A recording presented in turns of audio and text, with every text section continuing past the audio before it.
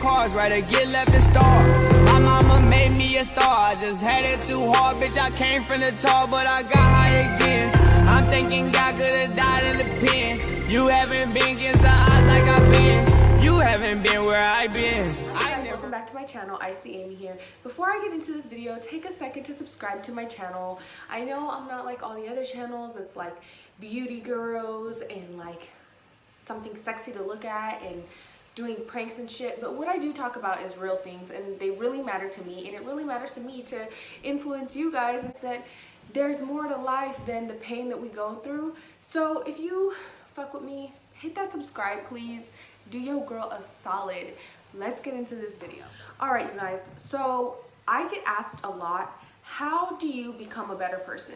How do you heal? How do you start the process? I'm gonna tell you guys the secret today, and it's really not that big of a secret. It's actually really simple, but it does require work. One of the things that I had to do to really make a change in my life was take accountability. For so long, I would justify my negative behavior. I would justify the fact that I was a hothead. I would justify using drugs and alcohol on a daily. I would justify all the negative choices I was making because in my mind, I could do all that stuff because I had been through so much pain and life dealt me a hand of cards that I didn't like and I didn't think was fair. So pretty much to sum it up, I was playing the victim.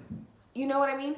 I was saying I can do XYZ because XYZ happened to me in my life and that's not fair, and boo-hoo, guess what? I'm just gonna be this shitty, awful person because shitty, awful things have happened to me in life.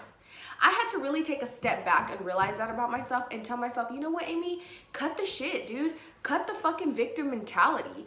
Do better because you want to be better. What you have gone through in life doesn't determine the person that you are. It doesn't. When you're trying to become a better person, there's a pivotal moment that happens in your life.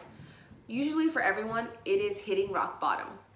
And a lot of people fear hitting rock bottom. A lot of people are in the process of trying to be a better person and trying to better themselves, but then they hit rock bottom or they're on their way to hit rock bottom and they're like, what the fuck? I can't get myself out of this rut. I dug my hole super deep.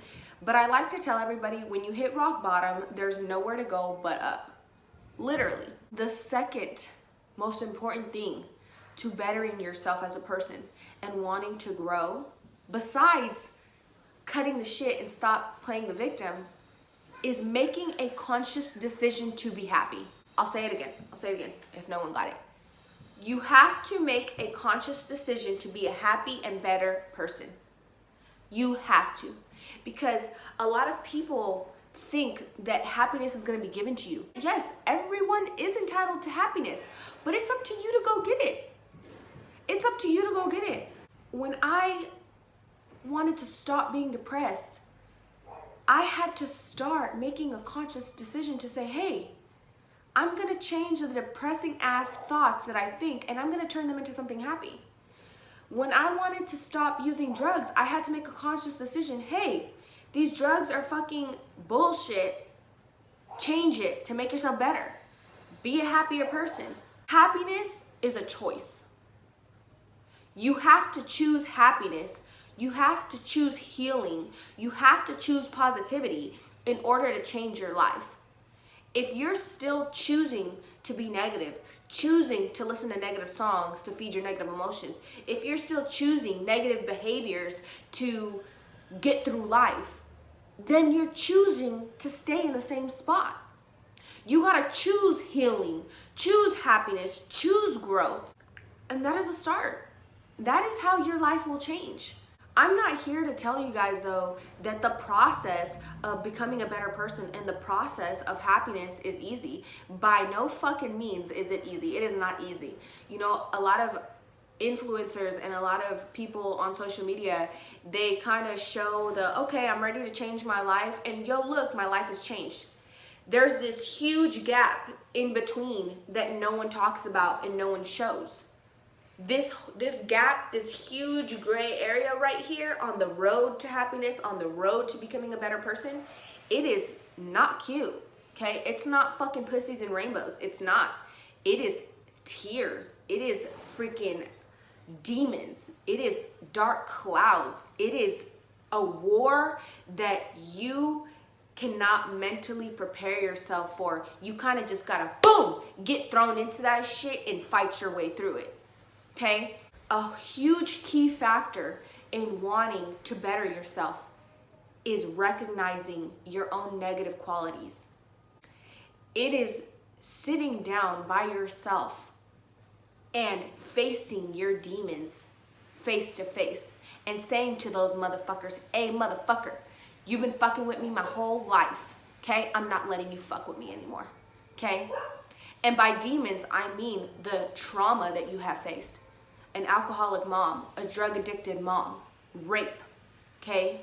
A father who didn't love you, not having parents, okay?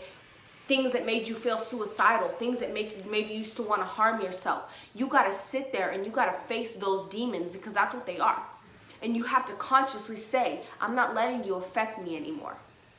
You've got to analyze yourself and become so self-aware of not just the happiness and the strength of your being, but the demons and the negative qualities about yourself. And it's fucking ugly, my dude. It is fucking ugly, okay? You almost are like, oh shit, ugh. This is what I'm harboring inside of me?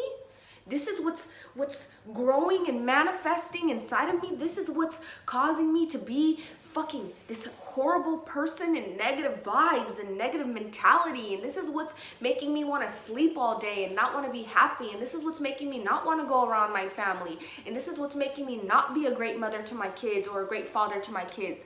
This is what it is? God damn it. You gotta face all your pain. You gotta face it all, dude. All of it. All of it. And you know what you gotta do? You know what you gotta do when you do that? When you face your pain, you've got to forgive. Facing your pain is forgiving. Forgive those who have hurt you. You don't need an apology. An apology, you know, it's like a Band-Aid on the wound, but it doesn't heal it. You got to heal yourself. Facing your pain is forgiveness for them and forgiveness for yourself. Forgive yourself of the mistakes that you have made. Forgive yourself of the pain that you caused other people. Be accountable for the pain that you caused other people. Be accountable for the pain that you caused yourself. And then when you forgive yourself, you'll be like, oh shit, I feel peaceful. I feel peaceful with the pain that I've gone through. Okay? And then it'll be like a little light bulb. And you'll be like, okay, all right, this being on the road to being happy, it ain't so bad. It ain't so bad. What happens after that though is that you're not just automatically healed. No. Every day there's gonna be something that is a trigger.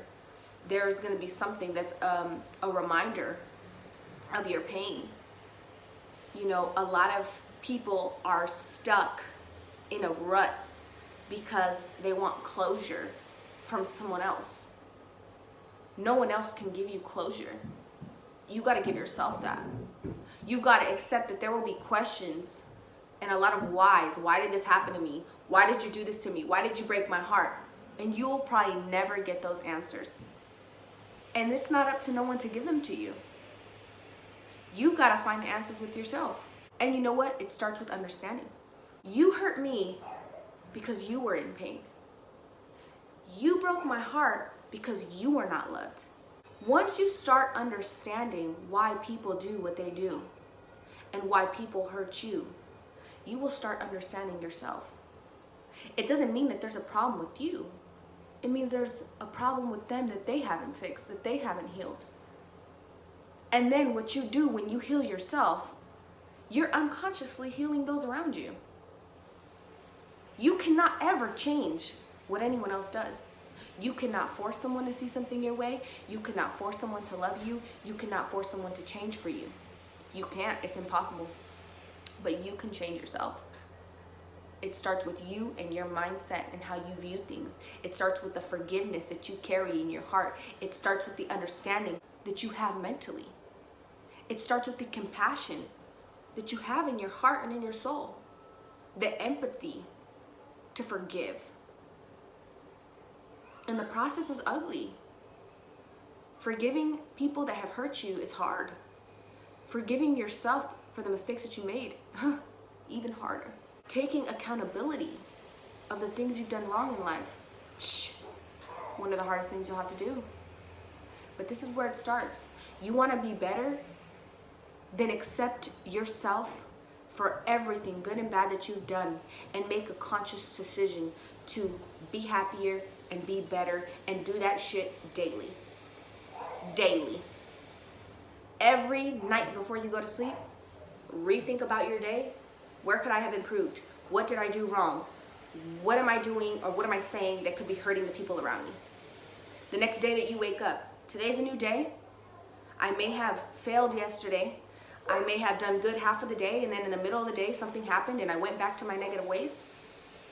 But today's a new day, and again today I'm going to try to be better than I was yesterday. And then tomorrow's going to come. And then tomorrow you're going to wake up and you're going to say, okay, yesterday was a good day. I'm going to be even fucking better today. Self-improvement, in all reality, is just becoming self-aware. It's knowing yourself on a deeper level so that you can know everyone else. When you start to know yourself on the depths of who you are, you begin to see everyone else around you not for their exterior, not for the show and the facade that they put on, but you start to see everyone's soul because you know your soul. You know who you are in here. You know what your purpose is and you know your being and what you're meant to be. And so you start seeing everyone with compassionate eyes. You start seeing people that have negative behaviors and you're like, oh, hold on, dude. You're just in pain. I know that shit because that was me. That was me. I used to be that person. I used to be in so much pain that I was just destructive. I could not have anything positive. And I thought I didn't deserve it until I realized, yo, I do deserve it. I deserve to love myself the way I've always wanted to be loved. I deserve to be loyal to myself the way I've always wanted loyalty. I deserve to be happy the way I've always wanted to be happy, but it starts with you. And when you do that for yourself, you're going to be that light and you just going to do it for everyone else. And you know what happens when you do that shit for everyone else? They're going to do it for other people. And it's just like this chain fucking reaction. Boo, boo, boo, boo, boo, boo, boo, boo. Everyone's on the happy train. Everyone's on the self-growth train. But it starts with you. Damn, I feel like I'm preaching. Damn, I feel like a fucking youth pastor right now, bitch. Get it together. You need to throw some curse words up in this shit. And that's pretty much it, you guys. That's pretty much it. If I had to give you guys any pointers,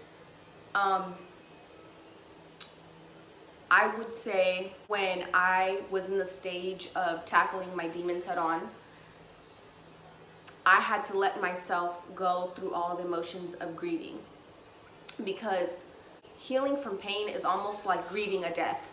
You've got to go through the sad stage, the angry stage, the oh shit, this is really happening stage, and okay, I'm gonna get over it stage. And while I was in each grieving stage, it was difficult because I'm such an emotionally connected person that I had to really just let myself feel everything, you know, and it was hard to like really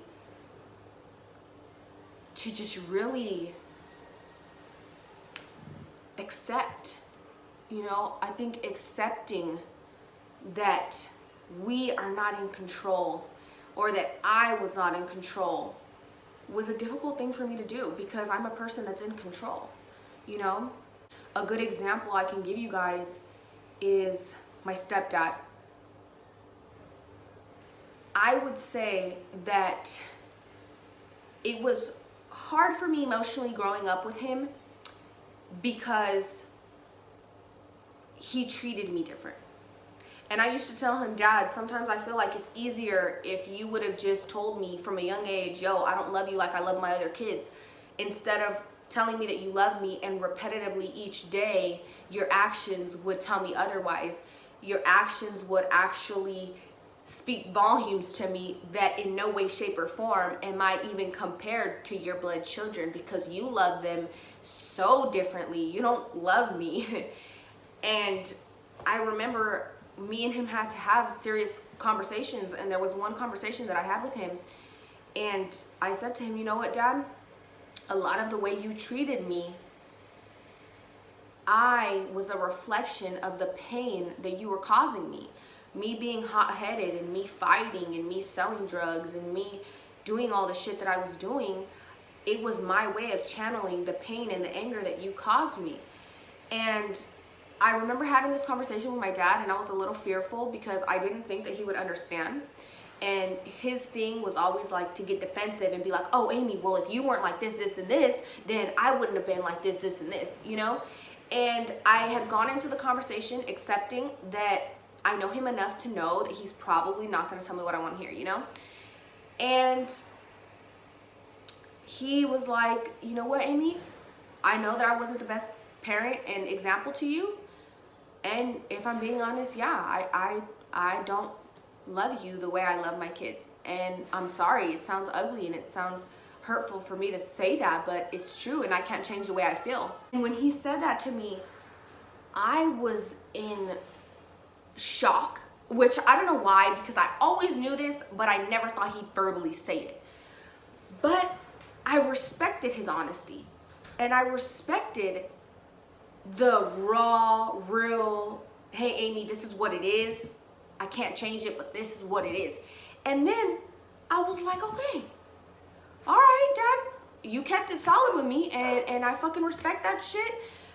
You know, we got a different kind of relationship, and you're never gonna love me the way you love your kids. And so then this expectation of him was eliminated because he let me know that he was never going to be able to reach that expectation. And so then we gathered and we got this understanding with each other, and we were able to just build off of the relationship that we knew we could have. But facing that demon, facing one of the biggest factors in my life that had caused me pain, it was scary, it was intimidating.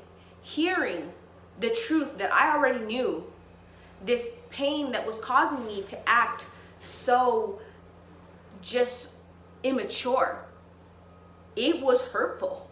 It hurt my gut, and it hurt my fucking soul. But I gained clarity because I stopped fearing the unknown. I stopped fearing, well, how does my dad feel? Oh, my dad hates me. Oh, he doesn't love me like his own. So I'm just gonna go and continue to be a fuck up. It was like, no, I'm not gonna be a fuck up anymore, and I'm just gonna have this conversation with my dad, and whatever he tells me, even if it fucking hurts me, I'm gonna fucking deal with it, and I'll deal with it when I get there, and I'll just figure out how to get through it. And it was empowering. It was empowering to face something that had hurt me so much in my life. It was empowering to feel the hurt of him telling me he doesn't love me like his other kids, but knowing that I'm gonna be okay, because I have been. It was empowering to know, okay, well, let's think of a solution, and how are we gonna build this relationship now? We both understand each other now. That was empowering. And you know, it was cool. So that's an example that I have to give you guys of like emotionally how it'll get, you know, I get a lot of people that ask me, oh, how do I stop being depressed so that I can start the process of becoming a better person? And it's the same thing. You have to get to the root of what's causing you to be depressed. A lot of people with depression, they tell me that they are on antidepressants and this and that. I'm more holistic. I do not believe in antidepressants. I don't. When I tried to commit suicide and I was placed on a 5150 and I was in a mental institute, the first thing the psychologist tried to do was give me medication. And I was like, no, I'm not gonna take medication, because I'm not. Like, chemicals are not gonna determine how I feel. God created my soul. That is where we feel emotion. Our emotions come from our soul. It's you know, scientists can say it's a chemical reaction or whatever the fuck in your brain. That's cool and all, but I'm too spiritual for all that shit. What you feel in your gut, what you feel towards people, it's an energy. It's your soul. If you feed yourself the right energy, you will feel the right way. So I refused antidepressants because I wasn't about to fuck up my chemical balance. You know what I mean? I wasn't. And I was spiritual enough to know that medicine ain't gonna do nothing but alter my being. I just gotta feed myself soul food. And so I went home and I made a conscious decision that I was gonna be happy. I was gonna be happy. I don't know how to, who the fuck knows how to fight for happiness? I don't know. But it started with one simple thought every morning. I would think to myself, okay, Amy, you look beautiful today. You don't really feel beautiful, but you look beautiful. And you don't feel happy, but you're gonna feel happy today. And I would picture in my head what happiness felt like, and I would radiate that. And I would go around people that made me feel not depressed. I would do things that made me feel not depressed. Walking outside, playing with my little brothers. And then I would really embrace that energy and embrace what not feeling depressed felt like. Because anybody who's depressed, you're not depressed 100% of the time. A lot of people that commit suicide and their friends didn't know because the person was not depressed around their friends. Their friends gave them happiness. You feel depressed in your solitude. So there's something out there that makes you not feel that depression feeling. When you are not feeling that depression feeling, you need to really embrace that feeling. Remember it. Burn it into you. Burn it into your mind. Burn it into your soul. And then when you are in your solitude and you are feeling depressed, remember that feeling. And remember it until it fucking eliminates your depression. And pretty much it's a game of doing that over and over and over and over and over and over again until you are not depressed. Excuse my child crying back. But that is probably the easiest way to try to describe to you guys how to get over depression physically, I guess. Energy is stupid important. Like, it's super fucking important. Not only the energy that you receive, but the energy that you radiate. And growing as a person, choosing to not be depressed, choosing happiness, it comes with sacrifices. You are gonna have to probably cut off some friends, cut off some bad influences, cut off bad habits, and it's a sacrifice worth making because you're improving your life. That being said, I hope that this video helps you. I hope that you kind of have a clear idea. If there's anything else you guys want me to get more into depth with, just let me know and I'll be glad to do it. Everyone have a great day. See you guys later.